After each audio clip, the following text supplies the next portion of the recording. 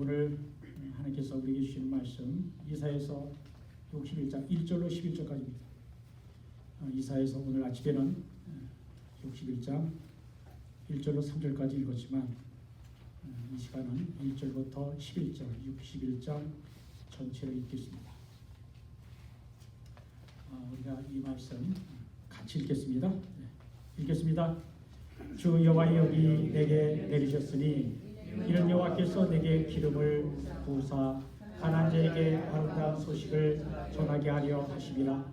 나를 보내사 마음이 상한 자를 고치며 포로된 자에게 자유를, 갇힌 자에게 노임을 선포하며 여호와의 은혜의 해와 우리 하나님의 보복의 날을 선포하여 모든 슬픈 자를 위로하되 무릇 시온에서 슬퍼하는 자에게 하관을 주어 그 죄를 대신하여 기쁨의 기름으로 그 슬픔을 대신하며 찬송의 옷으로 그 근심을 대신하시고 그들의 의의 나무 곧 여호와께서 심으신 그 영광을 나타낼 자라 일컬음을 받게 하려 하심이라.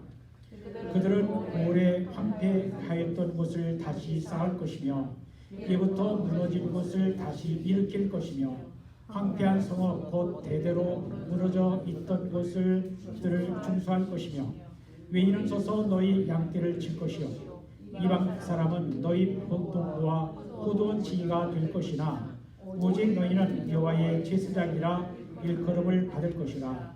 사람들이 너희를 우리 하나님의 봉사자라 할 것이며 너희가 이방 나라들의 재물을 먹으며 그들의 영광을 얻어 자랑할 것이니라. 너희가 수치 대신에 보상을 배나 얻으며 등용 대신에 몫으로 말미암아 즐거워할 것이라. 그리하여 그들의 땅에서 갑절이나 얻고 영원한 기쁨이 있으리라. 무릇 나 여호와는 정의를 사랑하며 불의의 강탈을 미워하여 성실히 그들에게 갚아주고 그들과 영원한 언약을 맺을 것이라. 그들의 자손을 문나라 가운데에 그들의 후손을 만민 가운데 알리리니 무릇 이를 보는 자가 그들은 여호와께 복받은 자손이라 인정하리라. 내가 여호와로 말미암아 크게 기뻐하며 내 영혼이 나의 하나님으로 말미암아 즐거워하리니 이는 그가 구원의 옷을 내게 입히시며 공의의 겉옷을 내게 도하시니 신랑이 사모를 쓰며 신부가 자기 보석으로 단장함 같게 하셨음이라. 땅이 싹을 내며 동산이 거기 뿌린 것을 운동케 함같이 주 여호와께서 공의와 찬송을 모든 나라 앞에 솟아나게 하시리라. 하나님의 말씀이고 소망의 말씀입니다.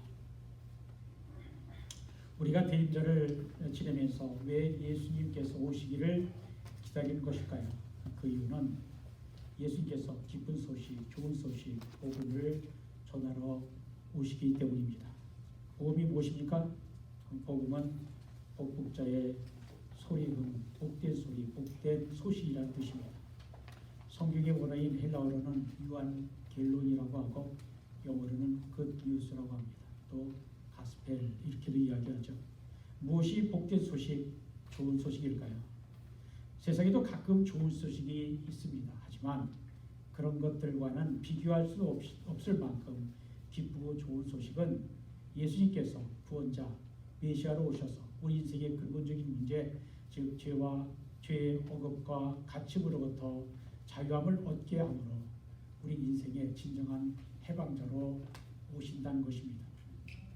우리의 타고난 본성을 보면 우리는 타락한 아담의 후손이라는 것을 인정하지 않을 수 없습니다. 우리 입에서는 아멘보다 노가 더 많이 나옵니다. 어린아이들 보면 조금 자기 생각이 나오면 노 그러죠. 자기 생각 다 있다라는 겁니다. 그래서 부모의 말도 듣지 않고 자기 주장을 하죠. 내 생각과 내 판단이 강합니다. 사람 앞에서만 그런 것이 아니라 하나님 앞에서도 마찬가지입니다. 하나님 앞에서 내 생각과 내 주장으로 살아갑니다. 또한 우리가 거짓말을 얼마나 잘합니까? 알게 모르게 거짓말을 합니다. 이런 것을 보면 아담이 하나님의 말씀에 불순종하여 범죄한 이후 모든 사람은 죄의 종이 되었고 스스로의 힘으로는 죄의 속박과 굴레로부터 도저히 절대로 벗어날 수가 없다는 사실입니다. 그래서 우리를 사랑하시고 긍휼히 여기시는 예수 그리스도께서 우리를 죄로부터 자유하게 하시기 위해 2000년 전 유대 땅 베들레헴에 오셨습니다. 그러면 예수님께서 오신 사건은 2000년 전에 일어난 과거의 사건에 불과할까요? 아닙니다. 예수 그리스도의 오심은 오늘 우리들에게도 일어나는 현재의 사건입니다. 그러므로 우리가 대림절을 지내면서 예수님을 기다리다가 그분을 만나야 합니다. 예전에 만났더라도 다시 만나고 그리고 그분과의 교통을 회복해야 합니다. 예수님은 오늘 우리의 죄와 가난과 질병의 저주를 대신 짊어지시고 우리 대신 고난을 받으시고 십자가에 달려 죽기 위해 오셨습니다. 예수님께서 십자가의 고난과 죽음과 부활을 통하여 우리에게 참 자유와 해방을 주시기 위해 오신 것입니다. 예수님께서 나의 죄를 용서하시고 속박과 매임으로부터 자유하게 하시려 오셨다는 것을 믿는 자는 다 구원을 받습니다. 오늘 구약성경 이사야서 61장 1절로 11절까지 읽었습니다. 구약성경은 오실 그리스도에 대하여, 신약성경은 오신 그리스도와 장차 오실 곧 재림하실 그리스도에 대하여 기록하고 있습니다. 오늘 본문 이사야서 61장 1절 본문입니다. 우리 다시 한번 다 같이 읽겠습니다. 주 여호와의 영이 내게 내리셨으니 이런 여호와께서 내게 기름을 부으사 가난한 자에게 아름다운 소식을 전하게 하려 하시니라. 나를 보내사 마음이 상한 자를 고치며 포로된 자에게 자유를, 갇힌 자에게 노임을 선포하며. 이사야 61장은 메시아의 강림과 그의 사역과 하나님의 백성들이 누리게 되는 은혜와 영광에 대한 예언의 말씀입니다. 이 땅에 오시는 메시아는 가난한 자들에게 복음을 전하게 하려 하시고 마음이 상한 자를 고쳐주시며 포로된 자에게 자유를 주시며 갇힌 자들에게 노임 즉 해방을 주시는 분이십니다. 이러한 메시아의 사역과 사역의 결과 백성들은 평안과 풍요를 누리게 되고 항상 하나님께 영광과 찬양을 돌리게 됩니다. 이 같은 예언은 예수 그리스도의 초림으로 성취되었습니다. 그리고 최종적으로는 그리스도의 재림을 통하여 완전하게 성취될 것입니다. 이사야는 구원자 그리스도의 사역에 대하여 예언하고 있습니다. 우리는 여기서 메시아의 사역과 구원받는 백성들이 누리게 될 축복과 사명을 배울 수가 있습니다. 이사야서 61장 1절로 3절은 여호와의 은혜의 해를 선포하는 사건입니다. 은혜의 해를 선포하는 분은 여호와의 종입니다. 1절을 다시 보십시오. 제가 읽어드립니다.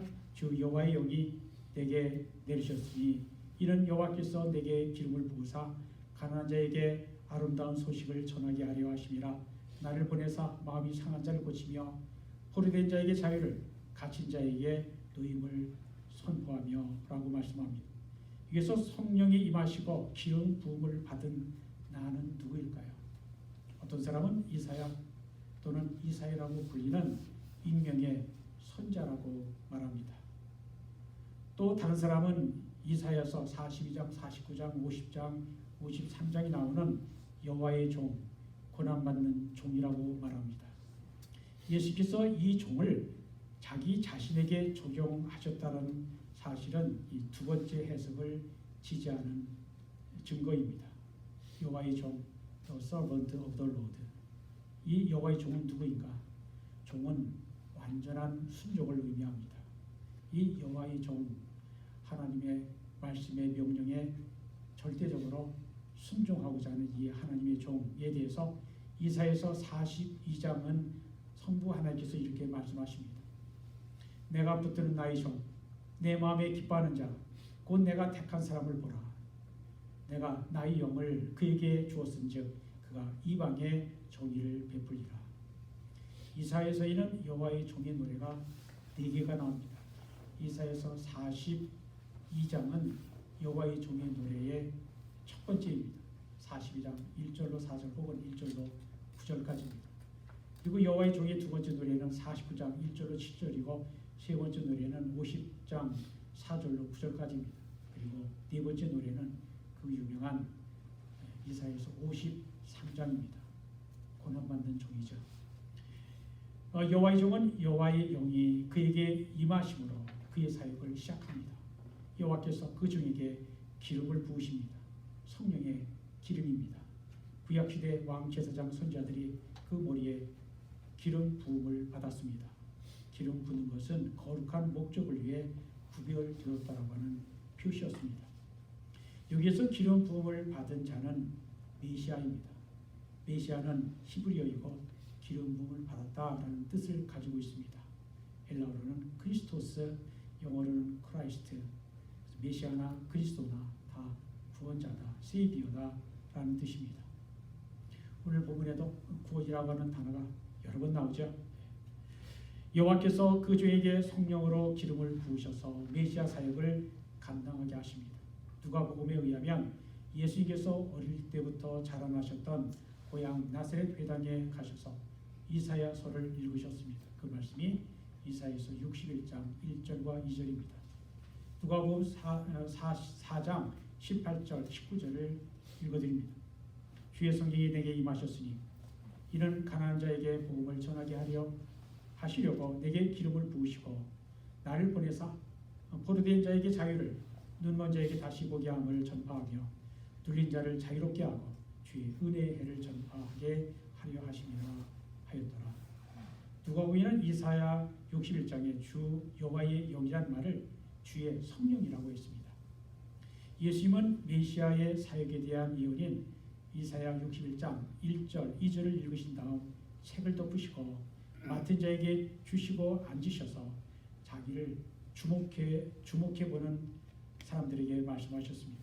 이 글이 곧 이사야서 61장의 글이 오늘 너희 귀에 응하였다라는 것은 fulfilled 됐다는 거죠. Today this scripture is fulfilled in your hearings. 예수님은 이사야의 이 구절이 자신을 가리킨다라고 하셨습니다. 예수님은 이사야가 예언한 바로 그 메시아라고 하는 뜻입니다. 실제로 예수님이 요한에게 세례를 받으시고 물에서 올라오실 때 성령이 비둘기같이 예수님에게 임하셨습니다. 그 위에 예수님은 성령의 충만함을 입으셨습니다. 성령께서 예수를 광야로 몰아내어 마귀의 시험을 받게 하셨습니다. 예수님은 성령의 검, 하나님의 말씀으로 사단의 시험을 이기셨습니다. 예수님은 성령의 권능과 말씀의 권세를 입으시고 담대하게 천국 복음을 전파하기 시작하셨습니다. 하나님이 나사렛 예수에게 성령의 기름 붓듯 하신 것입니다. 성령의 기름 부으심을 받은 후에 예수님께서 메시아로서 천국 복음을 전파하셨습니다. 예수님께서 이사야의 예언대로 성령의 능력으로 메시아의 사역을 감당하신 것입니다. 그러면 메시아의 사명은 무엇입니까? 오늘은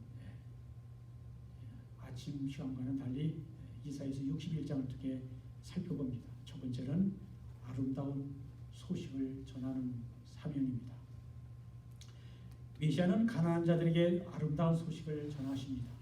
가난한 자란 1차적으로는 바벨론 포로가 된 이스라엘 백성을 가리킵니다. 남유다가 멸망하면서 아무리 신분이 높았던 왕과 귀족들도 바벨론 포로로 끌려가면서 쇠사슬에 묶여 종처럼 대우를 받았으니 마음만 가난한 것이 아니라 경제적으로도 아주 가난한 자가 되었습니다. 또한 가난한 자는 그러한 극심한 고난에도 불구하고 하나님의 도우심을 고대했던 신실한 자, 곧 남은 자를 가리킵니다. 가난한 자는 세상에는 소망이 없으므로 오직 하나님이 보내신 메시아를 고대하면서 사는 심령이 가난한 자, 팔복에 나오는 마태복음 5장 3장에 나오는 가난한 자는 심령이 가난한 자는 복이 있나니 천국이 그들의 것이며 하는 그를 말합니다. 가난한 자들에게 전파되는 아름다운 소식이 무엇일까요? 포로된 자들이 자유하게 되었다라고 하는 소식입니다. 율법에 의하면 신년이 되면 주빌리 이어 신년이 되면 모든 종들에게 자유가 선포됩니다. 여호와의 종이 오시면 1차적으로 바벨론에 포로잡혔던 하나님의 택한 백성들에게 아름다운 소식을 전합니다. 그리고 2차적으로 그리고 본질적으로는 메시아가 오시면 죄와 죽음의 포로가 된 인생들에게 해방과 자유가 선포됩니다. 하나님은 죄에 종살이하는 인생들에게 진리 안에서 참 자유를 주시기 위해 그리스도를 이 땅에 보내셨습니다. 그래서 죄의 포로, 욕심의 포로 된 자들이 그리스도 안에서 참 자유를 얻게 됩니다. 또한 메시아가 오시면 갇힌 자에게 도임을 선포합니다. 어둠과 절망 속에 갇혀 있는 자들을 빛 가운데로 들어가게 하십니다. 사망과 심판의 권세 아래 갇혀 있던 인생들에게 해방과 도임을 선포하고 부활과 영생에 들어가게 하십니다. 이와 같은 일은 포로된 이스라엘이 스스로 할 수 없습니다. 여호와께서 보내신 종을 통해서만 성취됩니다. 인류가 죄와 사망의 권세에서 해방을 받는 것도 인간 스스로의 힘으로 해방될 수 없습니다. 구원은 전적으로 하나님의 은혜로 주시는 것입니다. 그래서 아름다운 소식이요 복된 소식입니다. 가난한 자, 포로된 자, 갇힌 자들에게 하나님의 은혜로 해방과 자유와 구원이 선포되기 때문에 아름다운 소식이요 복된 소식입니다. 메시아의 두 번째 사명은 은혜의 해를 선포하는 것입니다. 2절을 보십시오. 여호와의 은혜의 해와 우리 하나님의 고복의 날을 선포하여 모든 슬픈 자를 위로하신다는 겁니다. 예수께서 이사야서 61장 1절과 2절을 읽으시면서 흥미롭게도 2절 앞부분 여호와의 은혜의 해만 읽으시고 뒷부분 우리 하나님의 신원의 날은 빼고 읽으셨습니다. 예수께서 그렇게 하신 이유, 의도적으로 그렇게 읽으신 이유가 있습니다. 예수께서 하나님의 신의 날을 잊지 아니한 하신 이유는 하나님이 심판하시는 심판의 날은 예수님의 초림 때가 아니라 예수께서 재림하실 때에 성취될 것이기 때문입니다. 하나님의 심판의 날이 아직 오지 않았기 때문에 일부러 빼고 읽으신 것으로 해석할 수 있습니다. 예수께서 이사야 61장 2절을 읽으실 때에 하나님의 신의 날을 빼고 은혜의 해만을 읽으셨는데 예수님이 오신 것은 바로 신년의 선포에 비유할 수 있다는 것입니다. 여호와의 은혜에다 영어 번역은 NIV는 The Acceptable Year of the Lord 이렇게 번역을 했습니다. 곧 하나님께서 받으실 만한 기뻐하시는 해라고 하는 겁니다. 곧 은혜로 구원을 베푸시기로 하나님께서 작정하신 해를 말합니다. 그 은혜의 해는 레위기 25장에 나오는 신년을 말합니다. 신년은 기쁠 시죠. 그래서 기쁨의 해입니다. 그래서 종들이 해방되는 자유의 해를 말하는 것입니다. 이사야서 61장 2절 후반부에 나오는 하나님의 신원의 날은 하나님의 마지막 심판의 날이 것입니다. 메시아가 오시면 은혜의 해를 선포하십니다. 신이 되면 나팔이 울리고 온 이스라엘 땅에 자유가 선포되었습니다. 신이 되면 종들이 해방되어 집으로 돌아갑니다. 가난해서 땅을 팔고 자식도 종으로 팔았는데 신이 되면 조건 없이 집으로 돌아갑니다. 신년은 전적으로 하나님의 은혜여 하나님의 긍휼로 말미암아 구원을 선포하는 날입니다. 메시아가 오시면 자기의 죄악으로 포로가 되어 살아가는 사람들에게 자유하게 하십니다. 죄의 포로가 되어서 죄 속에서 살아가는 인생들에게 죄로부터의 해방을 선포하십니다. 그리스도께서 가버나움 회당에서 이사야서를 읽으시고 신년을 선포하신 것입니다. 누구든지 이 기쁜 소식 복음을 듣고 믿으면 구원을 받습니다. 그래서 사도 바울은 지금은 은혜를 받을 만한 때여 지금은 구원의 날이라고 했습니다. 메시아의 세 번째 사명은 하나님의 영광을 나타낼 자들로 삼으십니다. 3절 읽어드립니다. 무릇 시온에서 슬퍼하는 자와 화관을 주어 그 죄를 대신하며 기쁨의 기름으로 그 슬픔을 대신하며 찬송의 옷으로 그 근심을 대신하시고 그들이 의의 나무 곧 여호와께서 심으신 그 영광을 나타낼 자라 일컬음을 받게 하려 하심이라 라고 말씀을 합니다. 참 기쁨을 주신다는 거죠. 슬퍼하는 자에게 화관을 주어 죄를 대신한다 하십니다. 화관은 머리에 쓰는 아름다운 관을 말합니다. 영어 번역은 크라운 오브 뷰티 이렇게 되겠습니다. 슬픔과 탄식으로 죄를 뒤집어 썼던 자들이 아름답고 화려한 관을 쓰고 기뻐한다는 것입니다. 또한 기쁨으로 슬픔을 대신합니다. 또한 찬송의 옷으로 근심을 대신합니다. 슬픔과 고통에 빠진 자들은 베옷을 입습니다. 그러나 메시아가 오시면 아름다운 옷을 입고 감사와 찬송을 하게 된다라는 것입니다. 그들은 어떠한 백성이라 일컬음을 받게 됩니까? 3절 하반부에 그들이 의의 나무 곧 여호와께서 심으신 그 영광을 나타낼 자라 일컬음을 받게 하려 하심이라 라고 말씀합니다. 여기서 나무는 상수리 나무를 가리키는 말입니다. 이 나무는 튼튼하여 힘을 상징합니다. 메시아의 은혜를 입은 사람들을 가리켜 의의 나무라고 한다고 했습니다. 과거에는 죄로 말미암아 고통 속에서 살았지만 하나님의 은혜로 회복되어 구속받은 사람들은 하나님의 영광을 나타낼 주의 백성들입니다. 이 나무는 여호와께서 심으신 나무라고 했습니다. 하나님께서 자기 백성으로 심으신 것입니다. 예수께서도 이렇게 말씀하셨습니다. 심은 것마다 내 하늘 아버지께서 심지 않은 것은 뽑힐 것이니 곧 아버지께서 심으신 것은 하나도 뽑히지 아니할 것이고 아버지께서 심지 않은 것은 뽑히게 된다라는 것이죠. 또 내 아버지께서 보내시는 자마다 다 내게로 온다라고 말씀하셨습니다. 곧 영생을 주시기로 작정된 자들이 있다라는 것입니다. 예수를 믿는 우리들은 하나님께서 심으신 의의 나무들입니다. 예수님 믿기 전에는 우리는 죄로 말미암아 슬픔도 많고 고통도 많았습니다.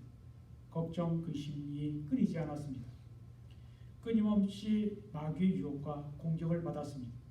그러나 예수 그리스도의 복음을 믿음으로 죄 사함을 받고 의로운 하나님의 자녀가 되었습니다. 견고한 의의 나무가 되어 흔들리지 않게 되었습니다. 우리는 하나님의 영광을 나타내는 하나님의 백성들입니다.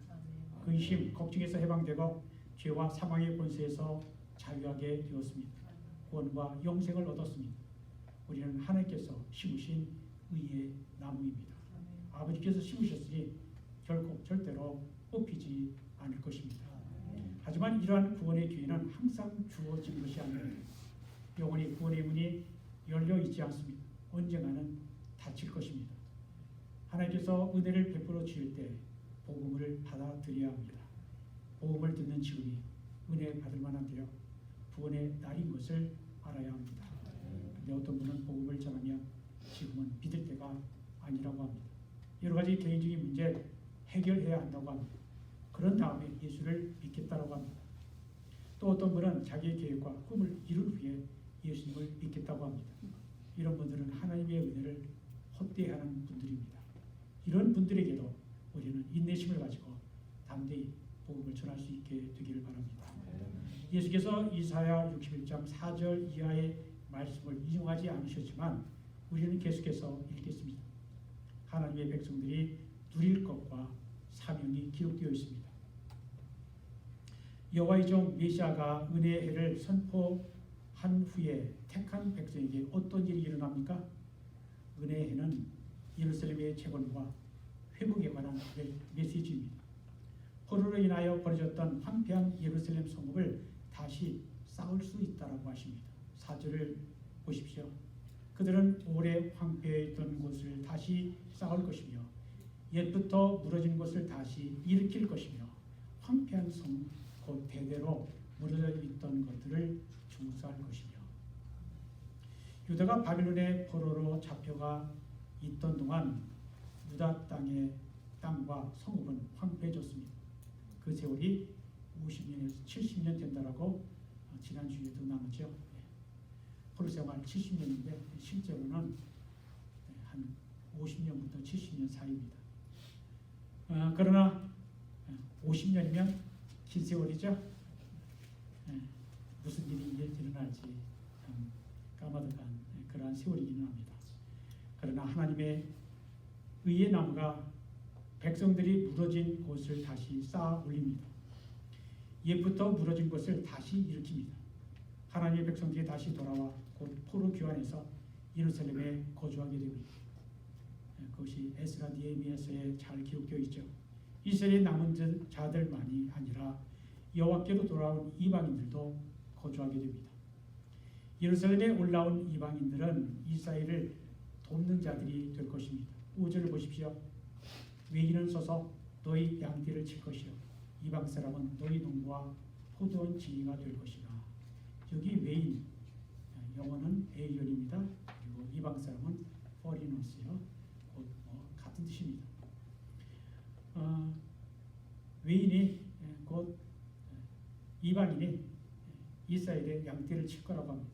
그리고 이방인들이 이스라엘의 동부가 되고 또 포도원지가 될 거라는 것입니다. 이 구절은 이방인들이 이스라엘 사람들의 종이 될 거라고 어떤 사람들은 그렇게까지 해석을 합니다. 그래서 저는 종이 되었으니 이제는 종을 부린 자가 되어야 된다. 그것이 반드시 하나님 축복이라고 생각하지 않습니다. 그것은 이방인들이 이스라엘 사람들을 하나님의 긍휼과 은혜로 구원받은 사실을 알고 또 인정하고 이방인들도 그런 하나님을 섬기기로 작정한 자들이 이스라엘 사람들과 함께한다라고 저는 생각합니다. 왜냐하면 그리스도 안에서 인종의 구별은 무의미하기 때문입니다. 그리고 이스라엘의 남은 자들은 여호와의 제사장이라 일컬음을 받을 것입니다. 6절을 보십시오. 오직 너희는 여호와의 제사장이라 일컬음을 받을 것이라. 사람들이 너희를 우리 하나님의 봉사자라 할 것이며 너희가 이방 나라들의 재물을 먹으며 그들의 영광을 얻어 자랑할 것이니라 하십니다. 이스라엘의 남은 자들은 여호와의 제사장이라 일컬음을 받는다는 것입니다. 여호와의 제사장이 뭡니까? 하나님과 백성 사이에 연계자, 중보자 역할을 하는 사람을 말하죠. 바벨론 포로 중에서도 끝까지 신실하게 여호와 신앙을 지킨 남은 자들을 우리 하나님의 봉사자들이라고 한다라고 하십니다. 이것은 예수님의 12 제자들과 사도 바울이 복음 전도 사역에서 중요한 위치를 차지하고 제사장의 직무를 감당해야 될 것을 가르친다라고 예언하고 있다고 볼 수도 있습니다. 하지만 이사야서 66장, 이사야서 마지막 장 마지막 부분입니다. 26장 21절 보면 하나님께서는 이방인들도 제사장과 레위인을 삼으신다라고 말씀합니다. 놀라운 말씀이죠. 왜냐하면 예수 그리스도의 십자가로 유대인과 이방인 사이의 장벽이 무너졌기 때문입니다. 사도 바울은 예루살렘 교회가 기근으로 큰 어려움을 겪고 있을 때 온 이방 교회들로부터 헌금을 모아 예루살렘 교회를 섬겼습니다. 예루살렘 교회나 이방 땅에 세워진 교회나 예수 그리스도의 사랑 안에서 서로 도우며 한 하나님의 백성이 된 것입니다. 베드로는 이방에 흩어져 있는 그리스도인들에게 너희는 택하신 족속이요 왕같은 제사장이요 거룩한 나라요 그의 소유가 된 백성이라고 했습니다. 하나님께서는 그들을 어두운 데서 불러내어 그의 귀한 놀라운 빛에 들어가게 하시고 그 아름다운 덕을 선포하게 하셨습니다. 그들을 왕같은 제사장이 되어 온 세계에 복음을 전하는 영광을 누리게 됩니다. 이러한 자들 누구입니까? 너희는 택하신 족속이요 왕같은 제사장이요 거룩한 나라요. 이스라엘 사람들만 말하는 것이 아니라 이방인들도 포함하는 말씀입니다. 그리스도의 복음은 우리를 구원해 주신 것으로 끝나지 않습니다. 왕같은 제사장이라는 새로운 신분을 허락하십니다. 죄를 섬기던 우리를 하나님을 섬기는 봉사자가 되게 하십니다. 죄 가운데 살던 때는 생각하지도 못한 축복을 누리게 하시고 영원한 기쁨을 누리게 하십니다.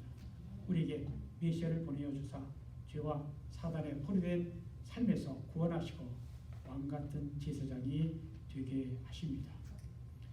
그들의 기쁨이 어떠합니까? 7절을 보십시오. 너희가 수치 대신에 보상을 배나 얻으며 등욕 대신에 몫으로 말미암아 즐거워할 것이라. 그리하여 그들의 땅에서 갑절이나 얻고 영원한 기쁨이 있으리라. 그들이 지금까지 당한 수치 대신에 보상을 배나 얻는다는 것입니다. 바벨론에서 당한 수치와 비교해 볼 때 메시아 왕국의 도래로 말미암아 이스라엘의 남은 자들이 누릴 축복은 크고 값진 것이라는 것입니다. 메시아의 사역으로 인한 축복은 그 무엇과도 비교할 수 없을 만큼 크고 귀한 것입니다. 예수님은 우리에게 영원한 기쁨을 주시는 구원자이십니다. 8절을 보십시오. 무릇 나 여호와는 정의를 사랑하며 불의의 강탈을 미워하여 성실히 그들에게 갚아주고 그들과 영원한 언약을 맺을 것이라 하십니다. 하나님은 정의를 사랑하고 불의의 강탈을 미워하십니다. 불의를 행하는 자들에게 성실히 갚아주십니다. 이게 바로 심판이죠. 바벨론은 하나님의 택한 백성 이스라엘을 불의로 강탈하여 포로로 사로잡아갔습니다. 그런데 이제 공의의 하나님께서 바벨론을 심판하십니다. 하나님은 불의의 강탈을 미워하시기에 그들에게 성실히 갚아주십니다. 그리고 이스라엘의 남은 자들과 영원한 언약을 맺으십니다. 언약이라는 것은 하나님께서 약속하신 것입니다. 하나님의 언약은 영원한 언약입니다. 하나님께서 이스라엘의 남은 자들과 영원한 언약을 맺으시는 이유가 무엇입니까? 9절을 보십시오. 그들의 자손을 문 나라 가운데에 그들의 후손을 만민 가운데 알리리니 무릇 이를 보는 자가 그들은 여호와께 복받은 자손이라 인정하리라. 참 귀한 축복이죠. 이스라엘 백성들 포로에서 돌아오고 그리고 여호와 신앙을 잊지 않고 끝까지 그 믿음을 지켰던 남은 자들, 그들을 보는 자마다 사람들은 여호와께 하나님께 복받은 자손이라 인정하지 아니할 수 없다라는 것입니다. 하나님은 그들의 자손을 문 나라 가운데 알리십니다. 그들의 후손을 만민 가운데 알리십니다. 알리신다는 것은 명예롭게 하신다라는 것입니다.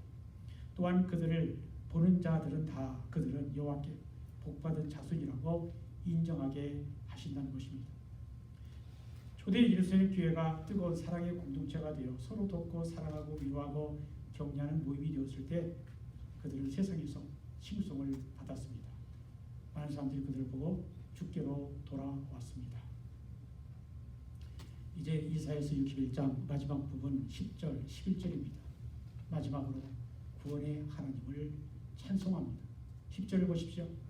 내가 여호와로 말미암아 크게 기뻐하며 내 영혼이 나의 하나님으로 말미암아 즐거워하리니 이는 그가 구원의 옷을 내게 입히시며 공의의 겉옷을 내게 더하시니 신랑이 사물을 쓰며 신부가 자기 보석으로 단장함 같게 하셨으리라 하십니다. 여기서 1인칭은 이스라엘의 남은 자들과 예수를 믿음으로 구원을 받은 성도들을 가리킵니다. 그날에 우리가 여호와로 말미암아 크게 기뻐합니다.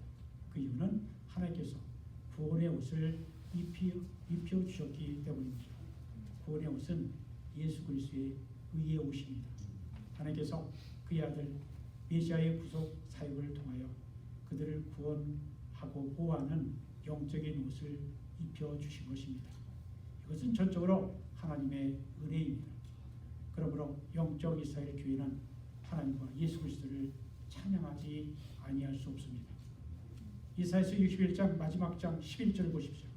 땅이 싹을 내며 동산이 거기 뿌린 것을 움돋게 함같이 주 여호와께서 공의와 찬송을 모든 나라 앞에 솟아나게 하시리라.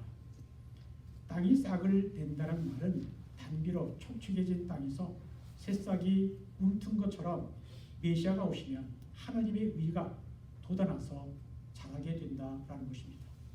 하나님께서 메시아를 보내어 하나님의 나라를 이루고 그의 택한 백성을 모으시는 목적은 만 백성들로부터 하나님이 찬양을 받으시기 위함입니다. 이제 말씀을 맺습니다.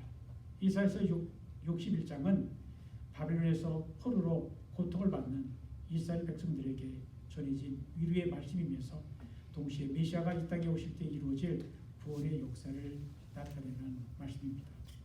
메시아 예수 그리스도를 통하여 구원의 약속이 오늘 우리들에게 이루어진 것을 감사하고 기쁨으로 주님께 찬송과 영광을 올려드릴 수 있게 되기를 축원드립니다. 기도합니다. 하나님 감사합니다. 이 비셔스 캠퍼스에서 이사야서 61장을 통해 또 은혜를 주심을 감사합니다. 예수님께서 누가복음 4장에 기록된 대로 나사렛 회당에서 이사야 말씀을 펴시고 읽으시며 주의 성령이 내게 임하셨으니 포로된 자, 엉들린 자, 해방과 자유를 주로 오는 여호와의 종 메시아가 올 터인데 이 글이 바로 너희 귀에 응하였느니라. 내가 곧 주 여호와의 영을 받는 메시아다라는 말씀, 이 예언의 말씀 이사야서 61장 11절까지 읽으며 묵상했습니다. 한 절 한 절이 어쩌면 그렇게 예수님을 정확하게 표현하고 있는지 우리가 놀랄 따름입니다. 우리의 알지 못한 무식함을 용서하시고 하나님의 말씀 가까이에서 하나님의 말씀을 깊이 아는 자 되게 하여 주옵소서. 그래서 주님을 더 깊이 알고, 그래서 주님 우리의 찬송과 우리의 감사가 날로 깊어지고 또 넓어지고 높이 주님을 높여드리는 우리가 되게 하여 주옵소서. 그리고 우리만 예수 그리스도가 어떠한 분이신지, 메시아 그리스도가 어떠한 분이신지 알고 믿을 뿐만 아니라 우리가 알고 믿은 그 그리스도를 만민들에게 또 전하는 우리가 되게 하여 주옵소서. 주님 우리를 사용하여 주옵소서. 예수 그리스도 이름으로 기도합니다.